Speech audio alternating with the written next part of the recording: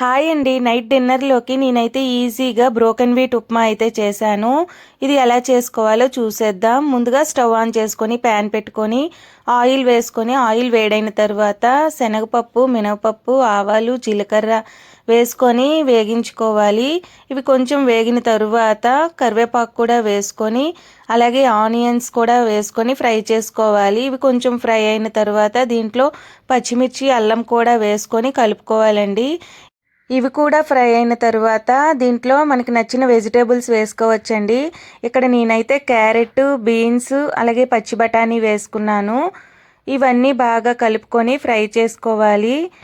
ఇలా ఫ్రై అయిన తర్వాత దీంట్లో కొంచెం సాల్ట్ వేసుకోండి. టేస్ట్కి సరిపడినంత సాల్ట్ వేసుకొని అలాగే కట్ చేసి ఉంచుకున్న టొమాటో ముక్కలు కూడా వేసుకోవాలి.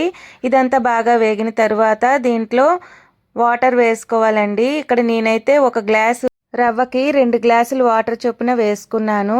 ఆ తర్వాత దీంట్లో కొంచెం పుదీనా కూడా వేసుకోండి, టేస్ట్ అయితే బాగుంటుంది.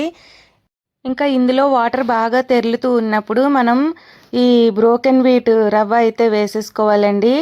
ఇది కలుపుతూ వేసుకోవాలి. ఇలా వేసుకొని కాసేపు అయితే మూత పెట్టేసుకోవాలండి. మనకి ఏమైనా సాల్ట్ అవి తక్కువగా ఉన్నా ముందే వేసేసుకోవాలి. ఇక్కడ నేను వేసిందంతా కరెక్ట్గా సరిపోయింది. సాల్ట్, కారం అన్నీ సరిపోయాయి.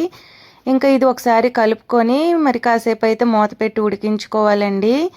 ఇలా ఉడికిపోయిన తర్వాత ఫైనల్గా కొంచెం కొత్తిమీర వేసుకొని అంతా మిక్స్ చేసుకుంటే మనకి బ్రోకెన్ వీట్ ఉప్మా అయితే రెడీ అయిపోతుంది. మరి మీలో ఎంతమంది ఇలా చేస్తారో కామెంట్ చేయండి. నచ్చితే ఒక లైక్ చేయండి.